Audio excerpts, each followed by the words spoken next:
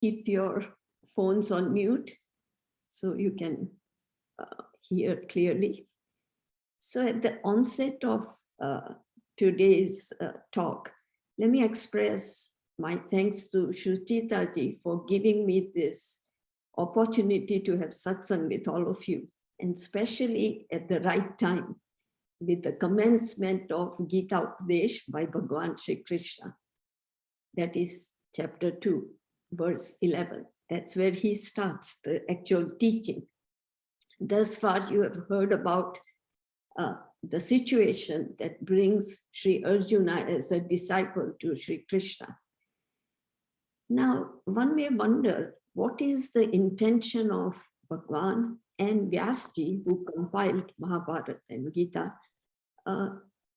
What is the intention? Is it for their own self? Do they have any need? Or is it for us? And if you look and think little, and this is explained very clearly by Sri Shankaracharya ji in his Gita Bhashya, the intention is to propagate Vedic Dharma, to bring it to our attention through the medium of Arjuna and through the medium of Gita in Mahabharata. And we will try to see that today. I thought it would be helpful if I went through the facets of Vedic Dharma, because that is the entire basis for Gita teaching. And in the next talk, next week, I will talk about the overview of chapter 2. Again, something that will help you to understand the verses better, the terminology used by Sri Krishna better, as we familiarize ourselves with those terms in Vedas, from Vedas. Now, why does Shankaracharya ji say that Sri Krishna is giving Vedic Dharma to all of us? If you see in the verse in chapter 3, verse 3, he will say that I'm not teaching. Actually, chapter 4, first verse, and subsequently he'll talk more about Vedic Dharma in chapter 3. He says, I'm not teaching you anything new, Arjuna. I'm teaching you what has been taught to Manu, to sun god, to everybody from time immemorial. So it is not new knowledge. It is, so in essence, for us to understand, it is not a new philosophy or new darshan. It is exactly what the Vedas have brought out for our benefit. So really we can say Gita in modern language is old wine bottled up in a new bottle. So that's basically what it is.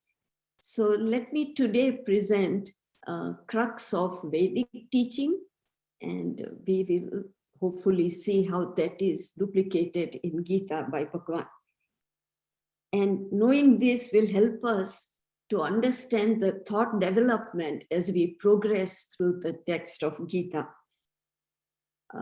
Now, chapter 2 is particularly important. And why do I say this? Because according to our Shastric tradition of teaching, first, the teacher summarizes the entire text. It is called Upakrama Pradhan summary, and then at the end of the book or grantha that is being taught, he will give another summary, a concluding summary of everything that was taught in the grantha. Remember, ours was an oral tradition. So more repetition, the better it is for the listener to remember.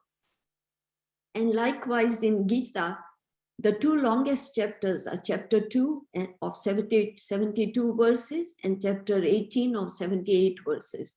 And these two chapters are the Upakrama, Upasamhara, the introductory summary and the concluding summary of entire Gita. So chapter 2 is very important, and we are about to embark on its learning. And that is the crux of the entire Gita. And that's why we must understand what Bhagwan is trying to tell us. It's a very important step. So let's get started. Now, first, anybody who studies the text has a reason for studying it, right? So what is our reason? We must have a problem we want solved. That's why we are listening to Shastras and Gita and Vedanta. Now, just like in medical sciences, to diagnose a disease or a problem, one has to know the symptoms. And when you know the symptoms, you can identify the disease and the doctor can then prescribe the right treatment. Similarly here, our problem or disease appears to be samsara, or we can say bhavsagar, bhavarog. All of these terms are used. We can say maya, and we have to cross this maya to reach Bhagwan. And what are our symptoms? So starting with raga, which is attachment, our likes, dislikes, when we don't get them fulfilled, we come to shoka, grief, sorrow, and that's what bothers most of us. We want to be perpetually in a state of infinite happiness, but it doesn't happen in spite of our struggle all the time. And part of this is because we feel limited. We feel like we can't correct, everything is not in our control, and we are limited. And this limitedness that we experience is something called apurnatvam in Shastras. We don't feel purna, we don't feel fulfilled. And so we have apurnatvam, which bugs us all the time. And we feel like we are lacking something. And everybody lacks different things. This apurnatvam is different for everybody. Someone may feel apurnatvam at physical level. They are not beautiful, they think. At mental level, they are not smart enough. At intellectual level, they cannot reason out very logically. Or at psychological level, they can't give love. They don't feel anybody understands them. So these are our usual problems, and we feel incomplete.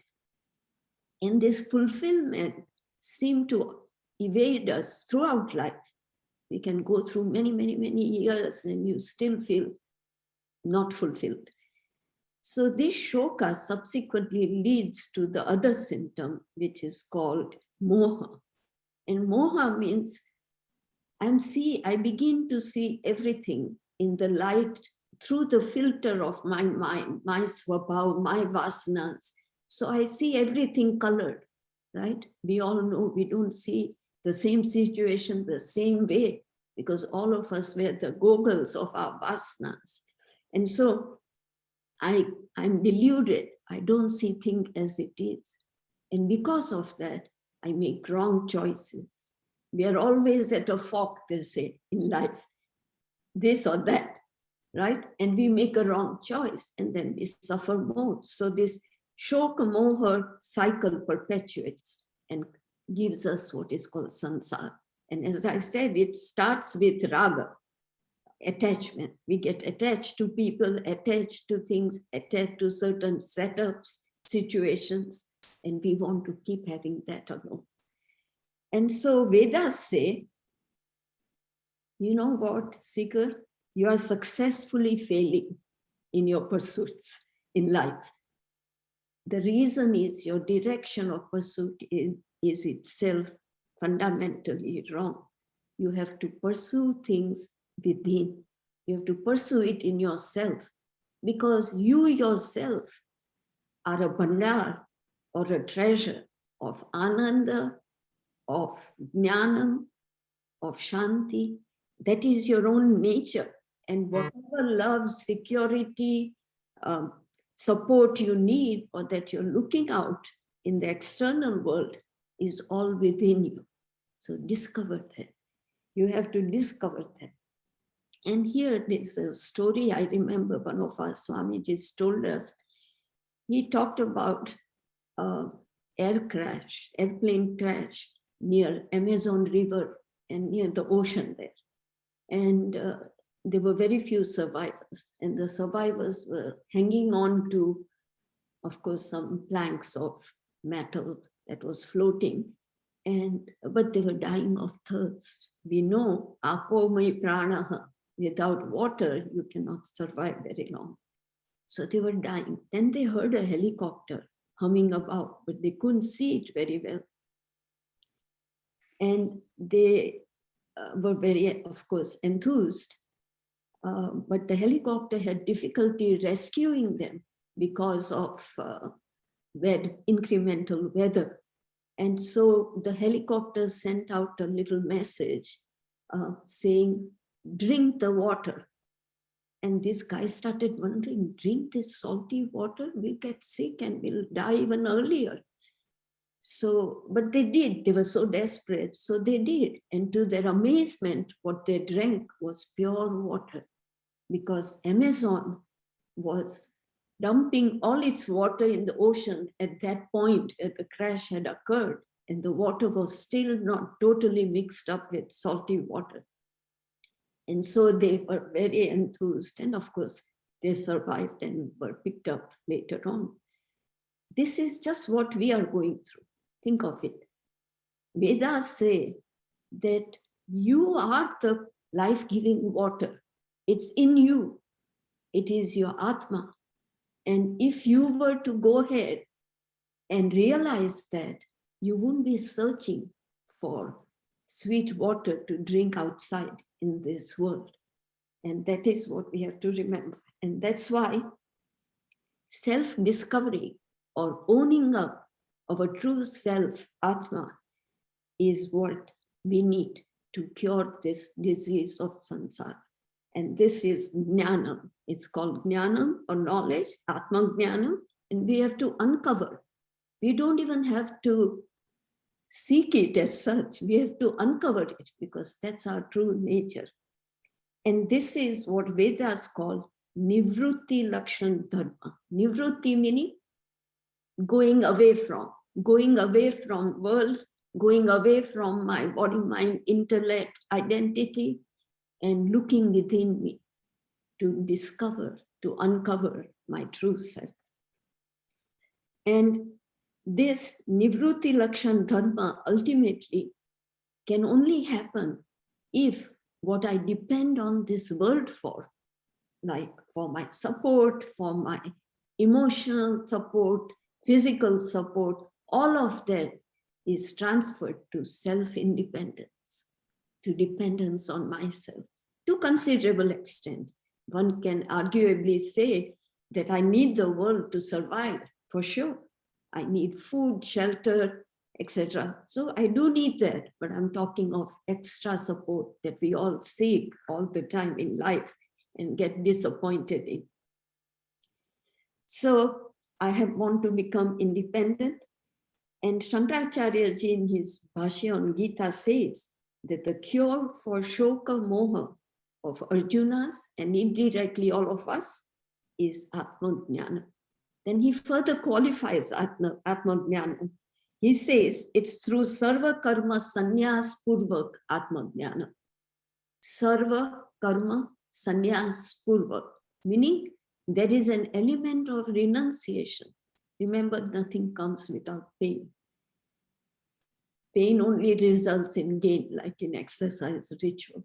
So we have to go through some pains initially to get this nivrutti marga or Atma Jnana. And that's why Jnanam is considered primary theme or central theme of Gita. That is its main theme. And as I said, Shankaracharya ji calls it Sarva Karma Sannyas Purvak Jnanam, Atma Jnanam. And so he will talk about that, or we will talk more about it later. So this Nivrutti Lakshan Dharma, backing up from Upanishads, it says very clearly, Tarati Shokam Atmavid, the one who has gained Atma Jnanam, he crosses this shoka, moha, that is told to us. And we know already through chapter 1 study that Arjuna is in grief of shoka moha. And he admits that in the initial few verses of chapter 2. And Jnana alone can do the job of treating him, just like light alone can remove darkness. Now, our solution, if it is Atma Jnana, then why do Vedas talk of two paths or two preparations or two,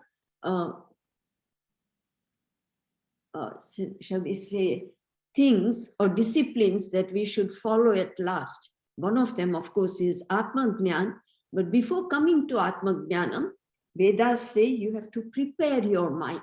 Your mind is where Atma Jnanam is going to take place, and your mind is not ready. So preparation of the mind has to come, and for that preparation, you need pravrutti marga. You need to work, you need to do karmas. And that pravrutti lakshan dharma is the other path that Vedanta or Shruti talks about. And really, for a seeker like you and me, 99% of our activities will come under the title of Pravrutti Marg, because we have to really prepare our mind. The actual teaching from a guru, the Jnana path, is a small component. And we will see that without this preparation, the intellectual knowledge is of no use. We can keep on doing that for years and years. It will give us no result. And what result are we looking about? We are looking for transformation in us, transformation in our vision of life and how we take things, what we expect, etc. So just like, reading a medical report, if two people were to read it, a doctor and a layperson, you know who will get the crux of the message. It will be the doctor, because the doctor has prepared himself over 10, 15 years in and through colleges and hospitals to understand the language of the report, while a layperson cannot. So for any knowledge, we need to prepare ourselves. We can't just jump into knowledge. And so this antakaran preparation is a primary thing we have to go through. And that includes this pravrutti lakshan dharma, includes all religious practices, all of them. They encompass rituals, puja, japa, pilgrimage, ashtanga yoga, including samadhi yoga, upasana, meditation. All of that comes on social service. All of that comes under the title of pravrutti lakshan dharma, which is what we need to do first to make ourselves eligible for jnanam. Now, of course, we have all entered jnanam like from the back door, like we are doing today. And that's all right. But we have to realize that that alone is not sufficient. Concomitantly, parallel to it, we have to work on our own mind. Now, one may ask, so this pravrutti lakshan dharma is qualifying us or giving us jnana yogyata for jnanam, which is the nivrutti lakshan dharma, which will ultimately give me moksha and I'll be free. So where does Sri Krishna say all this? That there are only two paths, because we all talk about several paths. We talk about karma yoga, bhakti yoga, and jnana yoga. But Sri Krishna also talks about two paths, just like the Vedas do. He says in chapter 3, verse 3, Lokesmin dvivida nishta, two, dvivida nishta. Pura prokta mayanaga jnana yogena sankhyanam. That's one. Jnana yoga, which is also called sankhya yoga. Second, karma yogena yogina. Karma yoga, which is also called yoga, just plain yoga. So this is how we should understand it in Gita, that the pravrutti lakshan dharma is karma yoga, and nivrutti lakshan dharma is jnana yoga or sankhya yoga, and karma yoga or yoga. So be familiar with this terminology as we go through Gita. In fact, Sri Krishna starts his pravachan or talk in verse 11 of chapter 2 with the last part of the pad of that verse. Nanu shochanti panditaha. Panditaha, the wise who have gained Atmajnana, they don't have any more shoka moha. So they have crossed samsara. So he says that is what we have to get. And to get that, we have to go through Jnana Yogyata, which includes Karma Yoga, Ashtanga Yoga, Upasana Yoga, all of which are talked about in Gita in detail. Now, another question you and I may have as we begin Vedanta in a way. What is Swadharma? What are my duties as a person in this world? Now, this was easy to answer in the olden days when society was 4x4. And what does that mean? Everybody learned in Gurukul, and there were 4 categories of people, Brahmana, Kshatriya, Vaishya, and Sudra. And there were 4 categories of aptitudes, or shall we say, stages of life, not aptitudes. Aptitudes would apply to the first 4, but stages in life: Brahmacharya ashram, Grahastha ashram, Vanprastha, and Sannyas ashram. So nowadays, there is no such clear-cut division for us, but we do understand one thing, and that's what we should go by. Our Swadharma depends on the roles that we are designated in this world. Employer-employee role, mother-father role, daughter-son role, friend role, whatever it is, whatever role we are playing in society, citizen of the country role, all of those are our roles, and we have to do those. And that is our Swadharma. Now, there are a few things we have to keep in mind when we do Swadharma. There is what is called Samanya Dharma, or something every human being, not only a Hindu, every human being should follow. And we all expect that in a friend. And what are those? They must live morally and ethically and truthfully. And we expect that in any friend or any other human being. And I hope most of us do live those dharmas.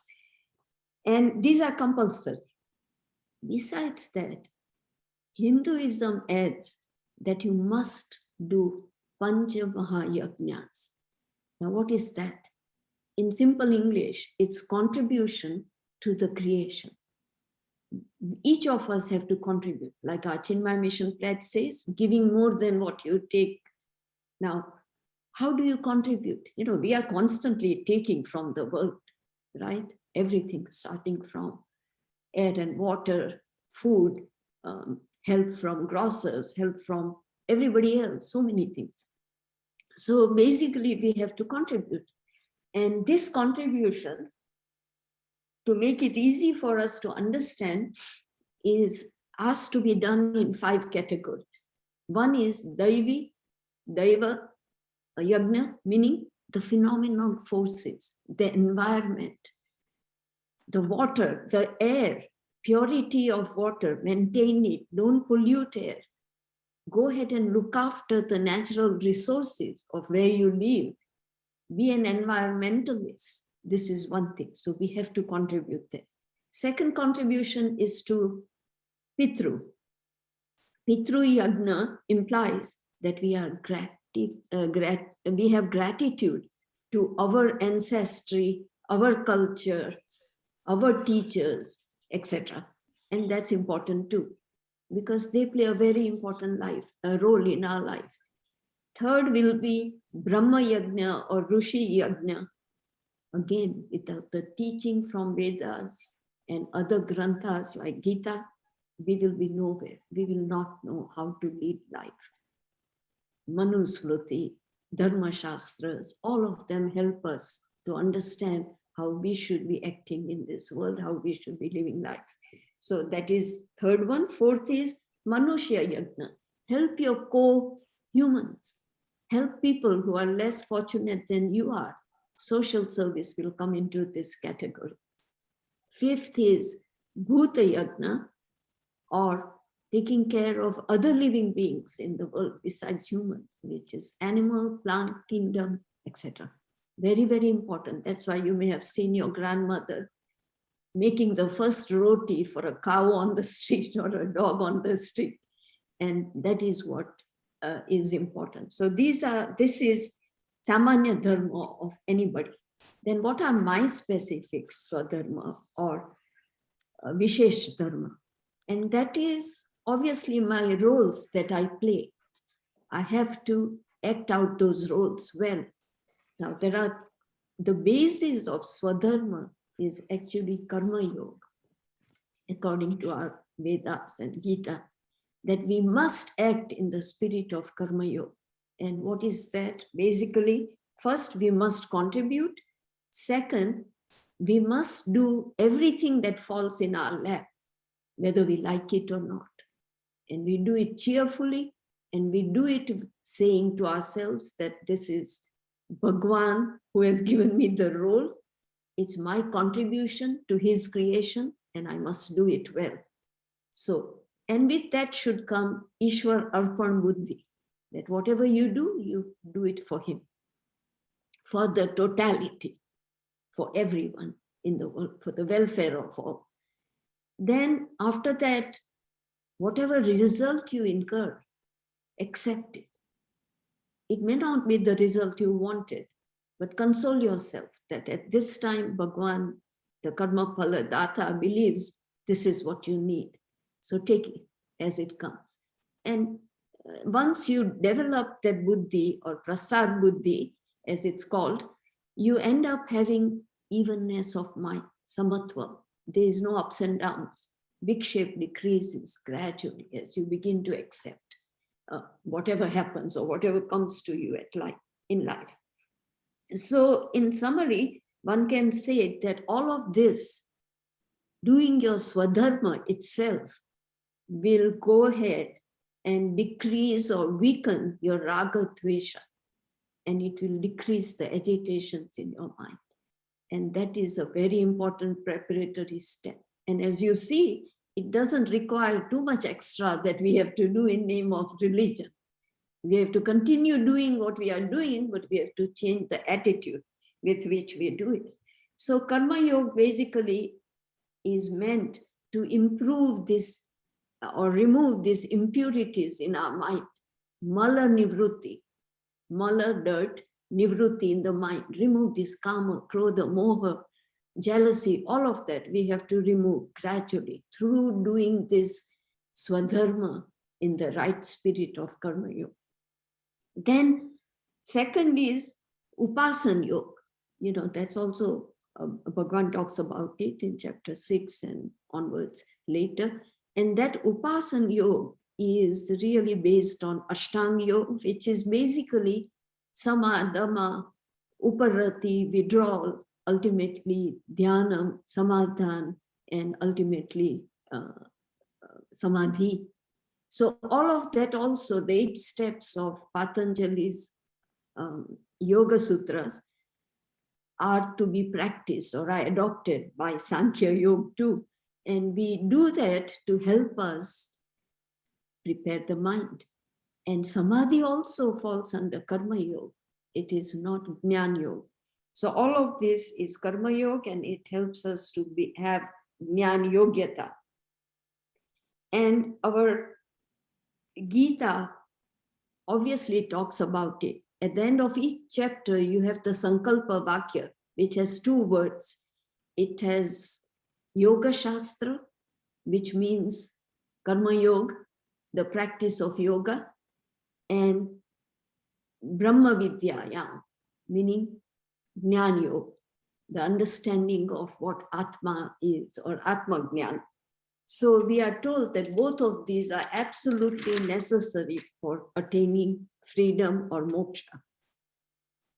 Shankaracharya ji brings out another point very strongly in his Bhashya. He says, think of it, karma and jnana, although both are needed, they are both opposed to each other. That's virud swabhava of these two. Because think of it, karma we have to do in the outer world. We have to do it with a Veda buddhi, means there are 2.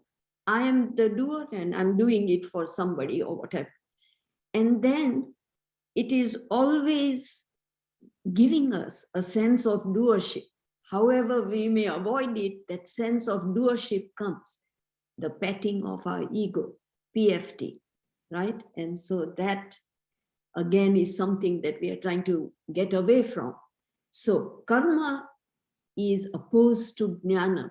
Shankaracharya says because of these three factors. Jnanam, on the other hand, we turn inwards, not outwards. We are trying to remove the bheda. We are trying to see the unity in this diversity in the universe. So we are trying to remove the bheda, advaitam. And we are trying to negate this ego, the doership, and identify ourselves with Atma, that is not a doer, not an experiencer. It is the reflection of Atma in ego that is the doer and that is the enjoyer. So it follows then that Karma Yoga is the Jnana Yogyata, after which we get Jnana. And that, even for this, as we go towards Jnana, we have to renounce karmas. We have to get sannyas, which is at mental level. We don't join sannyas ashram, but at a mental level, we must have some degree of renunciation or sannyas to gain the jnana. That's what Shankaracharya is hinting at by showing us the differences between karma and jnana. Now, you may say, if this is the theme of Gita, wait a minute. Gita seems to be a book of action. It's right in the midst of a war. And Sri Krishna repeatedly tells Arjuna, get up and fight, get up and fight. Arjuna, in fact, says, I want to take sannyas. And Bhagavan says, no, no, no. He scorns him for that. He says, no, you don't need to be an escapist. You need to fight. So what does this mean? What importance is Gita giving to karmas? Gita understands that karmas are very essential for preparation. That is our pravrutti marga. So we must do that first. Only after we have achieved that jnana yogyata, we should be ready to drop sannyas, drop karmas and take up some degree of mental sannyas. So all of us, I know many of you are quite young and in the midst of life in your grahastha ashram, don't worry. First, it is a reassurance that as a grahastha, we can study Gita and gain a lot. And second, you don't have to give up the world right now. You have to do what you need to do. But as you progress and come to my stage and our Shubhasji's stage, then you can go ahead and go back and do less and less in the world, go through the Vanprastha, and ultimately that mental sannyas stage that we are told is an ashram we must go through. So this is basically what the theme of Gita is. And Sri Krishna is such an excellent teacher that he does this whole process so beautifully. Like pertaining to Arjuna, he first attends to the patient, first aid, or not, we should call it first aid only, because he knows that unless he calms the person down, that person cannot listen to his teaching. So he starts in chapter 2 with the highest knowledge that Arjuna, you are Atma. You are not this body, mind, intellect. And so is everybody else on this battlefield. And he identifies Arjuna's problem. He says, you know, Arjuna, you've got this attachment or raga, which has led to your shoka and moha. So he talks in the first sentence, chapter only about Atma Jnanam. And, you know, I used to wonder when I first studied Gita that this is too much. Why is he starting with the highest philosophy? It's so difficult to understand that. But, you know, it's important to know your goal. And it's important to catch the listener's attention. And both of those are being done by Sri Krishna in the second chapter. And then he starts his Jnana Yoga, and then how you reach that Jnana Yoga through Karma Yoga, and how you reach Mukti. So, in fact, in his concluding sloka in chapter 18, the last sloka, chapter 18, verse 66 says, Sarva dharman parityajya mamekam sharanam eva aham tva sarva papebhyaha mokshayishami ma shuchaha. He says, you know what, now you are ready to give up all karmas. Dharmas here represent karmas. You are ready to give up karmas and revisit Jnana Yoga and come to me when you achieve moksha. Now, one may ask, what is this jnanam that he's talking about? Atma jnanam, understand, but what does that mean? So Upanishad summarizes it in a phrase that Atma jnanam is jivatma paramatma aikyam, equality or sameness between jiva's atma and paramatma, Ishvara's Brahman. Now, how is this? In fact, a lot of commentators divide Gita into 3 sessions. They say Tattvamasi, or they say the first 6 chapters are talking about Jivatma, you and me, and Arjuna. The next 6 chapters, starting from chapter 7 to 12, is talking about Paramatma. And the last 6 chapters, 13 to 18, are trying to logically establish this equality after removing the upadhis of both entities. Now, how does Gita do it? I'm going to just in summary tell you that so you get used to certain nomenclature and terminology too. So when he's describing Jivatma, he is presenting the qualities of Jivatma or Atma as aprameya, not seen by senses. Agochara, avyakta, all of those mean that we know everything through our 5 senses and mind. So we cannot know Atma through this equipment. So that's difficult. The other thing this indicates is that we know everything as an object and I'm the subject. So now we are reversing the inquiry. We cannot objectify subject. We are trying to look at the subject. And we don't see our own face also. Of course, a mirror helps us, but that's a reflection. We cannot see ourselves. We cannot see Atma, that's one. Second, says Atma is but Sakshi Chaitanya. It's the witness consciousness. And what is consciousness? He will elaborate later, but he will tell us that consciousness is independent. It is the only Satyam. It is the only Nityam, eternal thing. It is there all the time. It doesn't depend on anything. It is not a part, property, or function of the body. Body is in Atma, like we said in meditation today. And it is not a doer, it is a karta, a bhokta. The doer is the ego in us, which is the reflection of Atma, not the pure Atma itself. And it is nirvikara.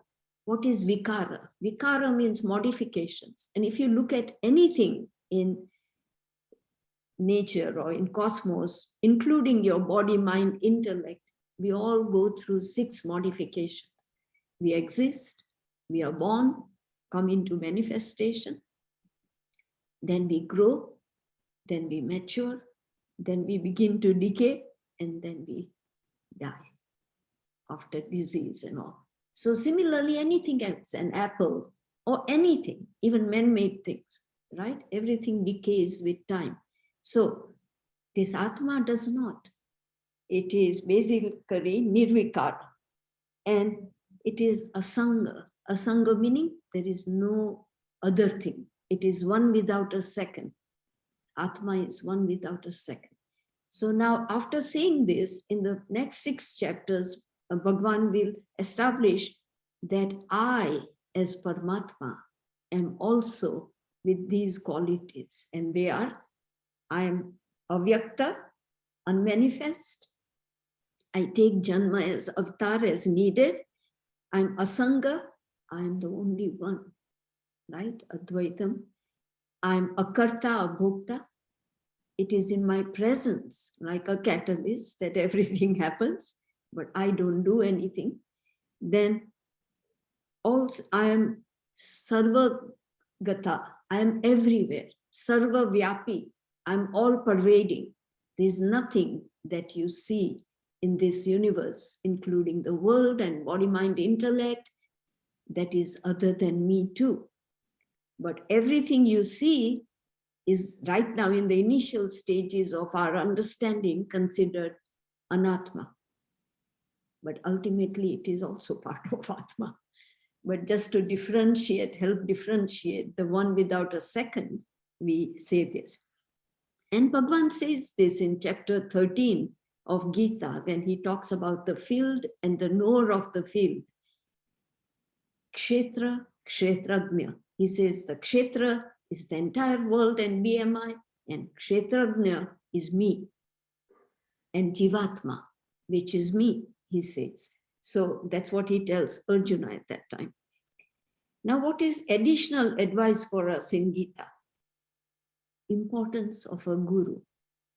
This knowledge cannot be gained by just simply reading the Shastras. We will successfully fail. And why? Because the words of Shastras are not to be taken literally all the time. Vachyartha, just what we read, we don't have to take it as that all the time.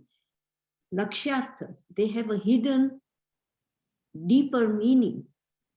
And that Lakshyartha can only be brought out by a scholar or a guide or one who has studied in depth and who has experienced it. And that's why we need a guru who is Jnanishta and who is a Jnani. So Brahmanishta, Jnanishta, and it's very important to realize this fact that you can be totally misguided if you were to study it by yourself. And how does a guru plan to do this? He takes us through 3 steps.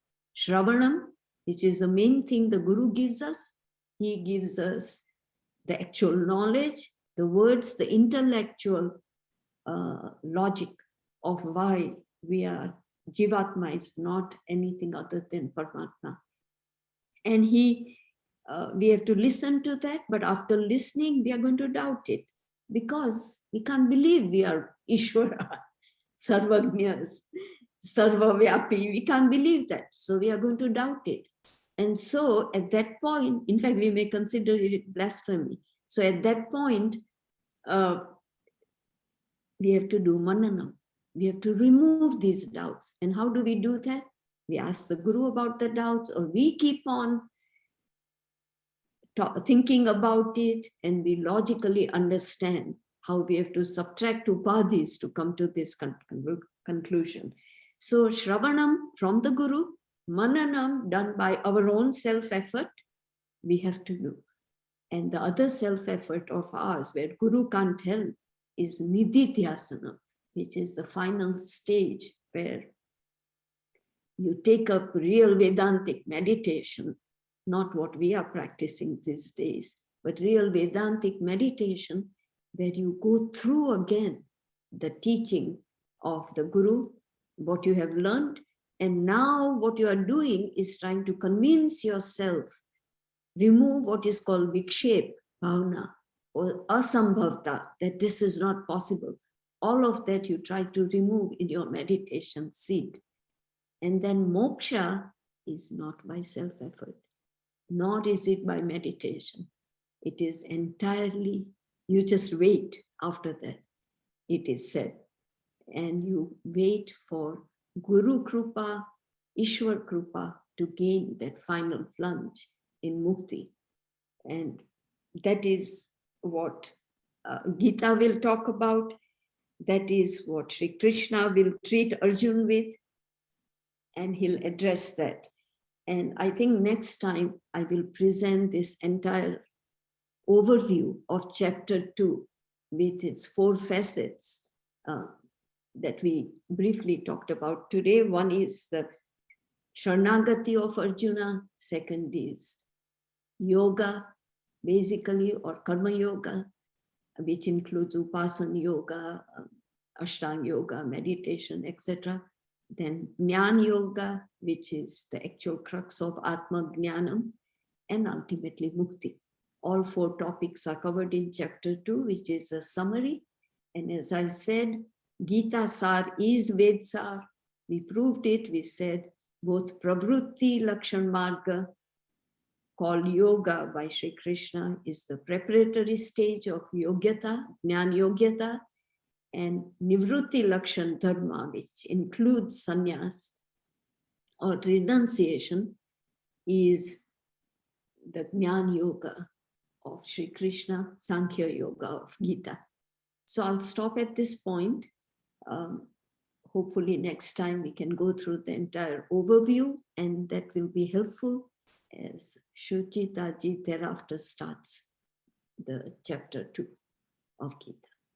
Okay, we'll say our ending prayers. Om Purnamada Purnamidam Purnat Purnamudachyate Purnasya Purnamadaya Purnameva Vashishyate. Om Shanti Shanti Shanti. Hari Om Shri Gurubhyo Namaha. Hari Om. Hari Om, everyone. Thank you for being here today.